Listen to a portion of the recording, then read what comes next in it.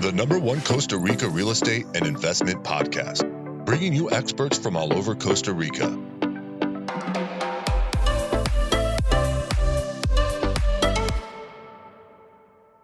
Good afternoon and welcome to episode 232 of Costa Rica Real Estate and Investments with me, your host, Richard Beckson, bringing in the new year here in 2025. If you guys haven't listened to the 2024 wrap up and then what we think is going to happen in 2025, the podcast is there. I think we released it December 30th. So go and have a little bit of a listen and you'll get an idea of where we think things are going this year. Again, I think it's definitely changing to a buyer's market. There's a lot more price settling. I would say the word fire sale has been thrown out a little bit more, but I think that word is overused. It just means that, there's been a reduction. It's not really a fire sale, but there've just been reductions in pricing. I think this year we'll continue to see some of that, guys. Again, it's a cash market here. And I think that just because of the economic and political, I would say, uncertainty in the world, and especially in North America, people are just taking a bit of a pause here, which again leaves a lot of room for opportunity when coming to invest here in Costa Rica. Again, we invest in a lot of things here personally as well. We have an investment fund as well as do a lot of fractional investments. So if anyone wants to hear a little bit more about that, you can do. You can email us info@investingcostarica.com, info@investing. That's INVESTING Costa Rica.com. So investingcostarica.com.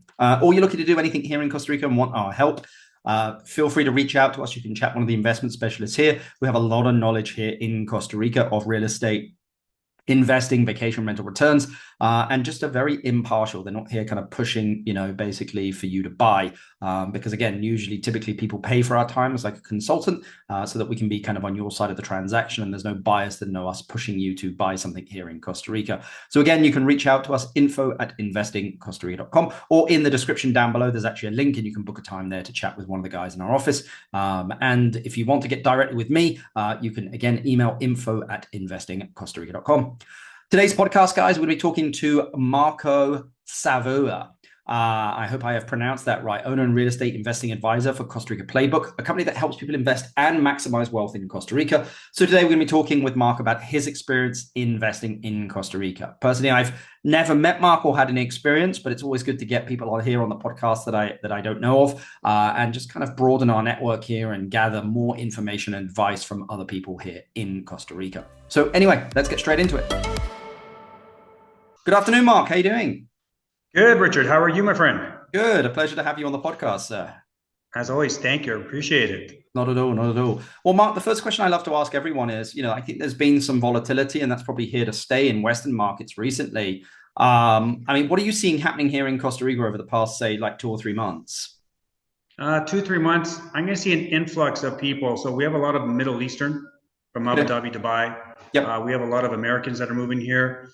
Because of the uncertainty with the U.S., what's happening with Trump coming into power, there's a lot of people that aren't too certain that, with all the deficit that's happening in democracy, that their money is going to be safe. Now, knowing that they're bringing their money into Costa Rica, their money is protected because they are private identities, right? So there's a mass influx of people moving their wealth into Costa Rica, which is a good thing. And I always tell people, when following guidelines, it's almost like a shark in the water. The shark has bottom feeders on the bottom, and those sharks those bottom feeders are always protected because the shark is the main player. Yeah. Now we know in Costa Rica we have Russia, Dubai, and China. Their wealth is all held here in Costa Rica and is held in U.S. currency. The biggest bank in Costa Rica is the Bank of Hong Kong. You have to be of Chinese descent to be part of that bank, right? So I always tell people when they ask, why and what do we do and why Costa Rica, I say just like a shark with the bottom feeder. If the bottom feeder is continuously cleaning the shark, there is no predator that's going to be stronger than the shark. Yeah. So it's going to protect the bottom feeder. So I go, we have to look at it ourselves as us being the ones underneath the shark cleaning the shark. So when you follow the big guys with their cash, you know that we're going to be safe because they're not about to lose their wealth. That's the first time I think I've heard that in my whole 20 years here, Mark, that the Hong Kong bank is the biggest bank here in Costa Rica, the biggest holder of US dollars. It is. Wow. It is the biggest bank. How do you know that, if you don't mind me asking, Mark? So in the last 4 years, I've helped move over $1.2 billion of people's actual funds into the banking system in Costa Rica. And a few of my clients were of Chinese descent. Now, when introducing to the banking system, it was one of the bigger banks that introduced my client to the Bank of Hong Kong in China, in Costa Rica. And because they're of Chinese descent, they don't have to really disclose where their funds are coming from. Like for Canadians, we have to provide 6 months bank statements. Yep. Pretty much anyone does for the banking system, right? To legitify the funds and make sure it's not laundered or trafficking. Where their bank, if you're of Chinese descent, you don't have to disclose where the origins of the funds coming from. They don't pay importing taxes, transfer taxes. So they get a lot of benefits because it's the Chinese in Costa Rica that built the roads, they built the stadiums, they provided all the police with their cars, right? And the importing and the exporting at the dock in Lake Limon and all that, it's all taken care of by them. So like special privileges that they get, right? For coming into Costa Rica. If I may, there's a lot of anti-Asian rhetoric, I would say, in the world at the moment, especially in the US. So if I'm a US investor at the moment, that has me somewhat alarmed. Should I be? No. I have a lot of investors from the US. I actually have multimillionaires and billionaires that are now liquefying their assets in the US and Canada and throughout Europe, and they're moving their funds purposely into Costa Rica. So I joined forces with a law firm. The law firm is Lexicor. And what they do is they have two offices opening up in Abu Dhabi and Dubai. Now, the Middle Eastern only like to deal with the Middle Eastern, right? But if you have an affiliations, they will use you as like a channel to allow them to liquefy their assets and diversify their assets in other parts of the world. So they're now bringing all their funds. If you start noticing in like Santa Teresa, areas such as that, there's a lot of Middle Eastern that are influencing the area because they find that when they bring their money into Costa Rica, their money in Costa Rica is safe. It's like the banks of Costa Rica. If you don't like one bank, you can request your money in cash within 48 hours, or they have to transfer all your funds to a bank of your choice or give you cash. They cannot refuse you your funds within 48 hours if you want to remove the money from that bank. So the money in Costa Rica is protected. It's not owned by the Rochesters, the Rockefellers, right? They're still separate identities, which a lot of people are finding with, parts of the US, parts of Europe, banks are actually going bankrupt, right? Or they're telling people, no, you can't physically have cash, but we'll give you credit. Yeah. So down here, people know cash is still king. And with the banking system here, even though they ask for a lot of fundamental documentation to provide to bring money into the banks, because they want to make sure China and Costa Rica have no treaty, Canada and Costa Rica have no treaty, so there's no extradition.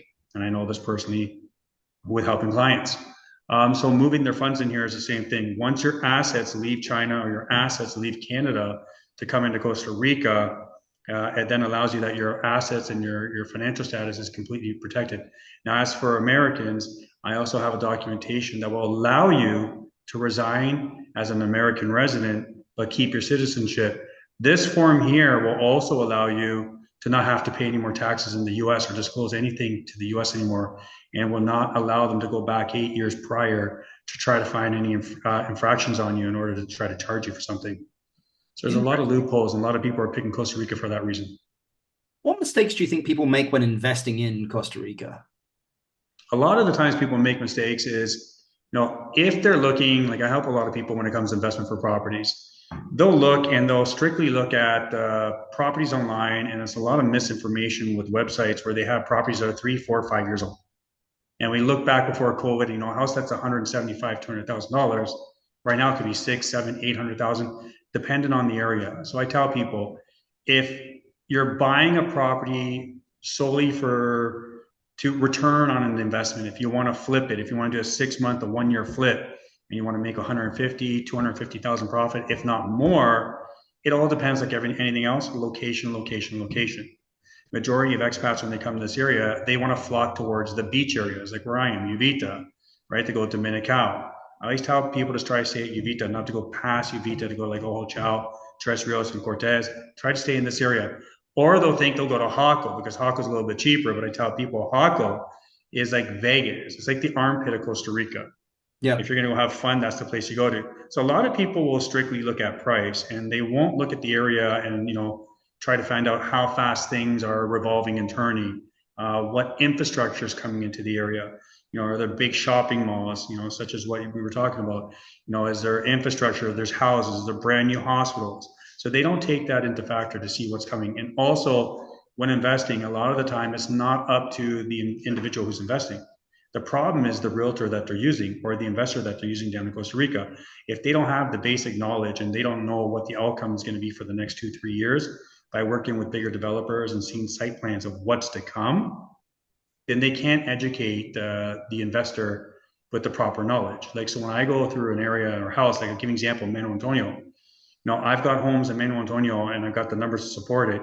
They bring in 40, 60,000 US a week at a 75 to an 85% occupancy rate. So when people look at numbers like that, yes, the houses get up to 4, 5, 6, even $9 million. But when you look at the return on investment and the rate, and they ask me why. So what I do is I show them the demographics in the area. I show them, the schooling close by, if there are private airports close by, the infrastructure, the type of expats that surround that area, but also is, Manuel Antonio is one of the most populated tourist areas in all of Costa Rica. Right. So I always tell people you have to educate the buyer. So a lot of the times the mistake is on the individual that they're using to help them make that educated guess of where in Costa Rica. So, how do you go about finding someone decent? Because I always said, this country is a sunny place for shady people and there's no recourse, man. You can say whatever you want. You really can. So, how do you make sure, that you're with someone that knows what it is that they're doing? This country's full of great people, dude. It's full of amazing people without exactly malintent. Exactly. So I'll give you an example for myself. So I came down here to retire. I come from a line of builders back at home of over 50 years, right? We have over 2,000 real estate agents that work for my wife, and she goes back and forth for her work in Canada with real estate. But I always tell people is you have to research and ask other people. So when someone wants to know about me, I will give you tons and tons of references, people you can talk to, you can research, you can Google, you can see, right? And you get to know the knowledge. And I always tell people what you want to ask too is you want to make sure whoever you're using, like when people come to the south part of Costa Rica, don't ask me over the phone. I don't like doing emails. I like doing WhatsApp because I like to verbally for you to hear my voice, to hear my expressions, or like video call. I'll educate people why not to go to a hotel. I give them sites like Southern Crime Awareness, right? O Hotel. So I educate them. So the more education you get, the more knowledge you get, the better off you're going to be. But the other main thing is I help relocate people free of charge. I have a 7-course video that's just about to launch out. I have a 45-page free ebook that gives you all the information into depth. But my videos are going to be word to word, specifics for specifics. I have contacts all over the world to help you with your immigration, your process, moving, access to private jets, state auctioneers to get rid of your assets back wherever you are, and to come into Costa Rica. And I have some of the most diversified, best lawyers in Costa Rica that will affiliate and assist people when they're making a move to Costa Rica. So it's like a one-stop shop. And I'm doing that for free. I'm not asking for 2,000, some people 5,000. And then once people get to an area, and I always tell people when you come to an area, ask whoever you're working with, what groups do they have? Have they formed any groups who are expats? Are they educated enough?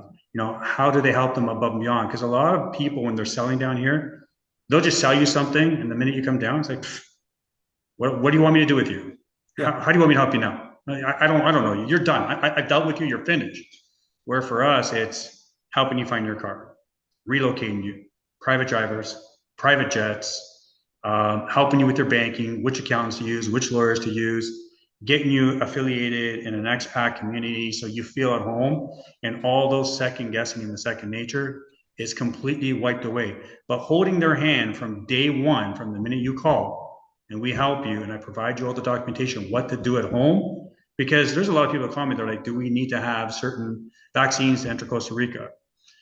What documents do I need to come to Costa Rica? Who notarizes them? Who authenticates them? How do I open a bank account? What does an incorporation do? Does it protect the assets? Does it not protect the assets?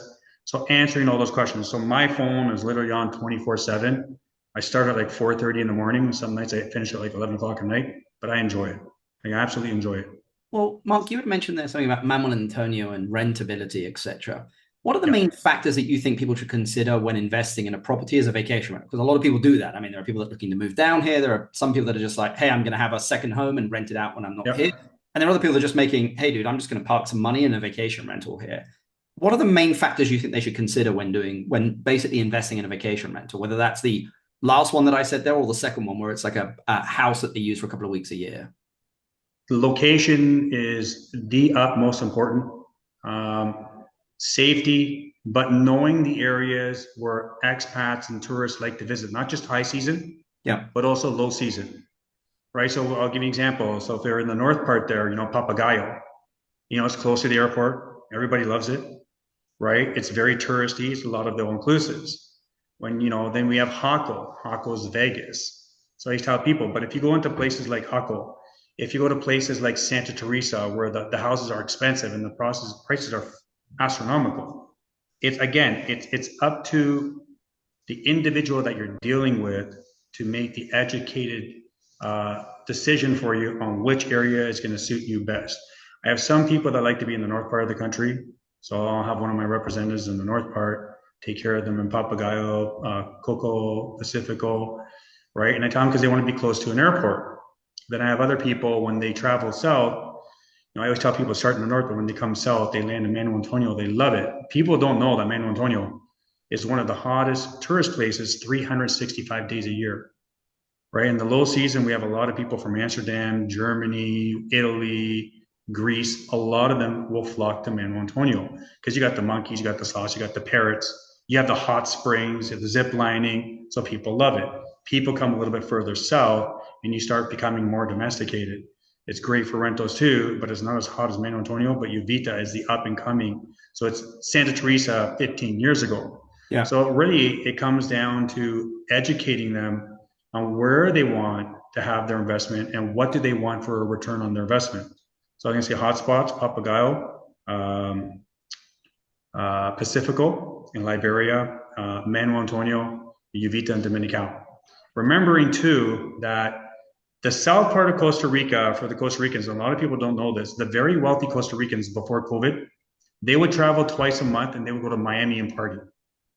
And they would easily drop $100,000, $200,000 between a few couples to go and party and have fun.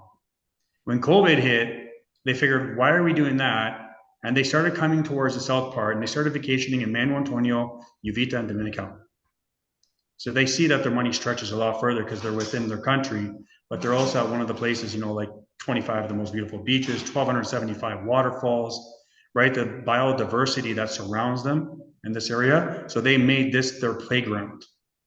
So, I always ask people, how much do you want a return on investment? How often do you want it to be rented out? And then also it comes also down to, is the property manager? Do you have someone that's super host? Do you have someone that has connections without Europe for low season? Connections here, connections in the US, connections in Canada. So trying to educate them and put them with the proper property management company is also another important factor too. Yeah, I agree. What would you not invest in Costa Rica, Mark? Me personally? Yeah, I mean, condominiums. Yeah.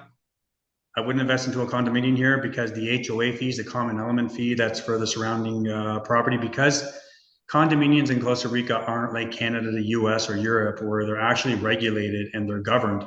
Here, it's just a private institution or third party will come in, they'll govern it, and they'll take care of the HOAs. But if they're not legit and running things properly, you can end up losing your money or go into a deficit, and your HOA fees move from $200, and I know properties that are now sitting at $1,500, $2,000 a month.